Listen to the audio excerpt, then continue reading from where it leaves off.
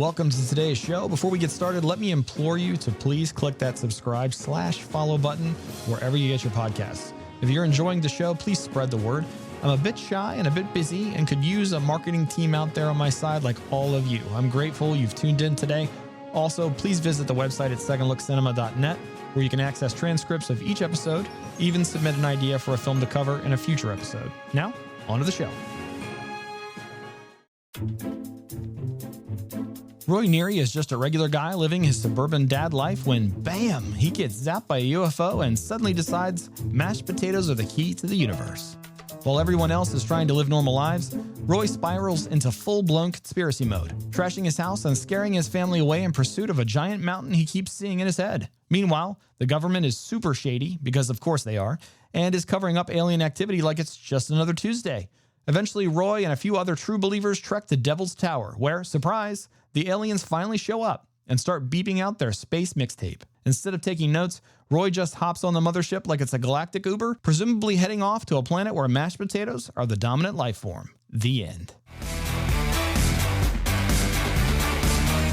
Here are 5 fast facts about the behind-the-scenes making of Close Encounters of the Third Kind. Fact 1. Francois Truffaut didn't speak much English. Legendary French filmmaker Francois Truffaut, who played UFO expert Claude Lacombe, barely spoke English during filming. He had to learn his lines phonetically and relied on a translator on set. Spielberg cast him because he wanted a real-life visionary to play the role, despite the language barrier. Fact 2. The mothership sound was inspired by a synthesizer accident. The iconic 5-note alien communication sequence was created by composer John Williams through trial and error. At one point, a synthesizer malfunctioned and played a sequence in a way that caught Spielberg's attention, leading to the final version used in the film. Fact 3. The famous sunburn look was actually makeup magic. Richard Dreyfuss's character Roy Neary gets a sunburn-like effect from his close encounter with the UFOs. Instead of using lights or special effects, the makeup team achieved the look by carefully applying different shades of red and pink to his face, making it appear as though he had been exposed to intense radiation. Fact 4. The little alien puppets were operated by kids. The small, delicate aliens seen at the end of the film weren't CGI because, well, it was 1977, but rather puppets operated by children in rubber suits. Spielberg believed kids would naturally move in a more ethereal, unearthly way than adults, or animatronics. Fact 5. The government's gas leak cover story was based on a real conspiracy theory. In the film, the government fakes a chemical spill to clear out the area near Devil's Tower. Spielberg took inspiration from real-life UFO conspiracy theories, where people claim the government covered up sightings with false reports of gas leaks, biological hazards, or even swamps full of glowing bugs.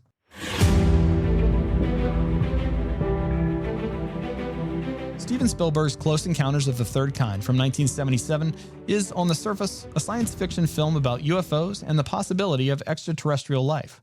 However, at its core, the movie explores something deeply human, the longing to be understood, especially when experiencing something that others can't quite comprehend. The protagonist, Roy Neary, finds himself obsessed with a mysterious vision after encountering a UFO, and his relentless pursuit of its meaning isolates him from his family and society. His journey reflects a universal struggle. When we go through something personal and difficult to explain, we often feel alone in our experiences and crave connection, understanding, and validation. Through Roy's obsession, the skepticism he faces, the stigma attached, and his eventual moment of understanding with the extraterrestrials, Close Encounters serves as a powerful metaphor for the human need to be seen, believed, and embraced, even when our experiences don't make sense to those around us.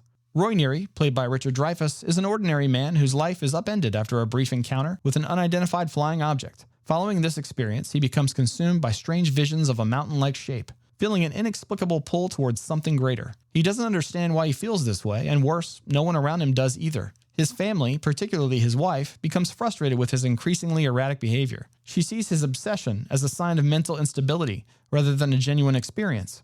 Friends and neighbors dismiss him, and society at large treats those who have seen UFOs as either delusional or attention-seeking. This reflects a painful reality for many people who undergo personal struggles that are difficult to articulate, whether it be mental illness, grief, trauma, or spiritual awakenings. Like Roy, they face skepticism and isolation because their experiences don't fit with conventional understanding. This part of the film mirrors real-life situations where people going through internal battles struggle to find someone who truly listens. Whether dealing with depression, existential crisis, or unexplained personal transformations, individuals often encounter resistance from those who prefer to rationalize or dismiss what they don't understand. Now let's pause for just a moment and discuss the S word. No, not the one you're thinking of. I'm talking about stigma. Stigma is a powerful social force that labels individuals or groups as different, undesirable, or inferior based on things like their mental health, physical illness, or personal choices.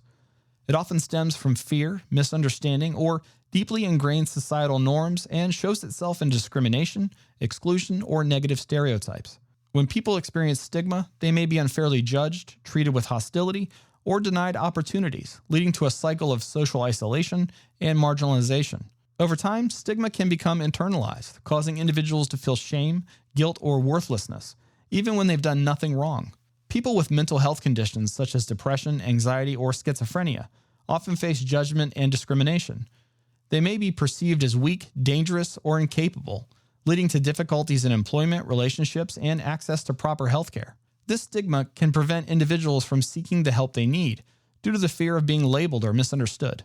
People with ADHD like myself and others I know are often unfairly labeled as lazy, careless, or lacking discipline, rather than being recognized as individuals managing a neurodevelopmental disorder.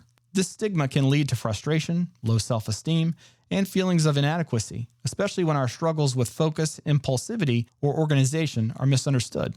In school and the workplace, we may face criticism for our learning or work habits, which can discourage some of us from seeking accommodations or support.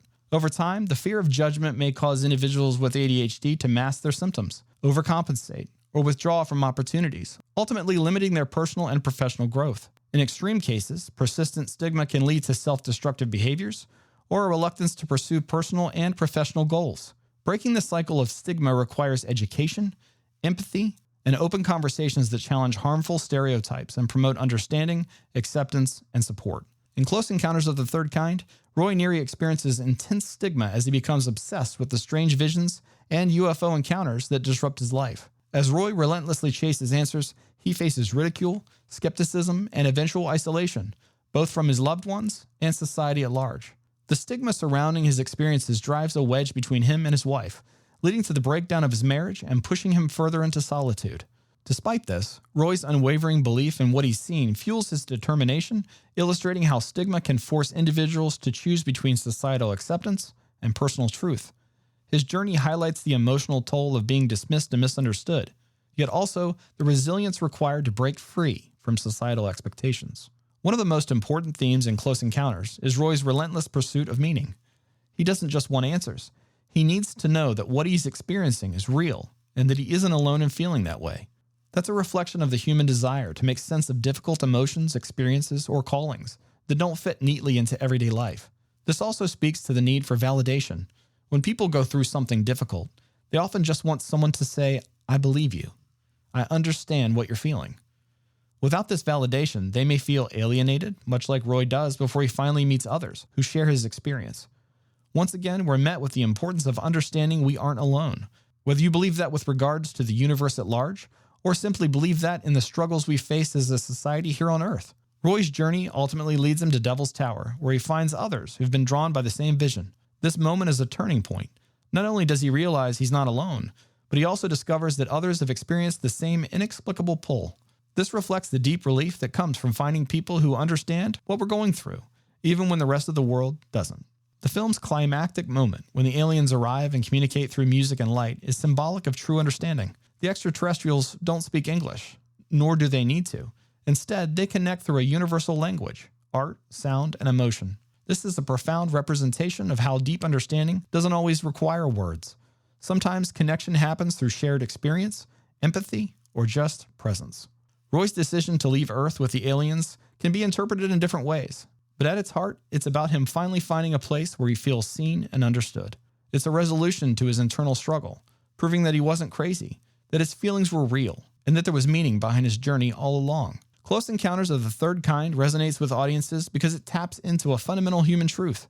We all want to be heard, understood, and validated, especially in moments of personal crisis.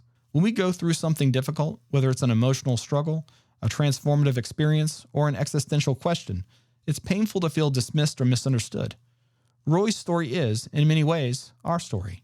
A search for meaning, a fight against alienation, and the hope that somewhere, someone will finally understand. For believers, there's an understanding that the Creator is with us, but that takes faith, which, in turn, requires a level of work to change our way of thinking. For non-believers, it may be having an encounter of their own with a meeting at AA, running into an old friend at a local coffee shop, or even a healthy and positive interaction with someone you don't know over social media. And yes, social media can still be used to create positive interactions with others we aren't familiar with without arguing about politics, religion, or who the better superhero is. I encourage you to take the opportunity to experience Close Encounters of the Third Kind again. This time, put yourself in Roy Neary's shoes and try to feel the intense pressure, loss, and confusion, as well as the wonder that he goes through. Find a dark room, a big screen, and a plate of mashed potatoes to sculpt, and let Spielberg tell you yet another powerful story. Thank you for listening today. As always, watch films deeper, listen closer, and search for a deeper meaning than what's on the surface. I'll see you next time.